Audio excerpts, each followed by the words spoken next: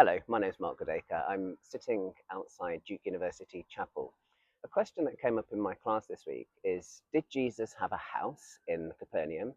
It might sound like a kind of a ridiculous thing to ask in a way, because of course Jesus, had to have lived somewhere, right?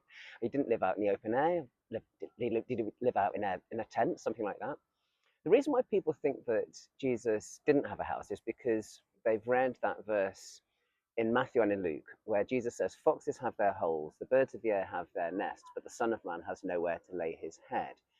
And that, I think, makes people imagine Jesus as always living outdoors, always being out on some kind of itinerant mission. But we know from Mark 6:3, where Jesus is called a craftsperson, that bit's usually translated carpenter, but where he's a craftsman. We know from there that Jesus had a job before he was, before he was going around being Jesus, going out on missions and stuff.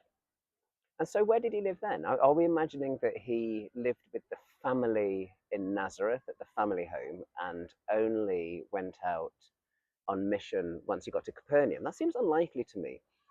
When he's in Capernaum, he is presumably making friends, getting to know people in that area. And Mark's Gospel, Mark 2:15, actually says something about his house. It's pretty clear. His house, it says in Mark 2:15. So why do we not notice that? Why don't we read it?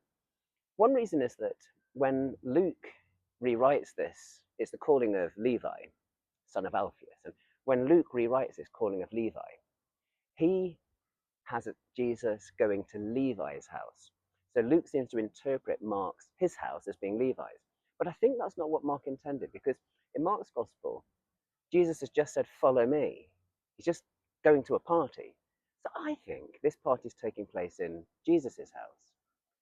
And there's a fun wrinkle there, because an earlier story in Mark chapter 2 is the story of the paralyzed man being let down through the roof. Now, if that's Jesus' house too, then that makes that story all the more poignant. Jesus is having his house dug into. Good thing that he was a craftsman so that he could fix it.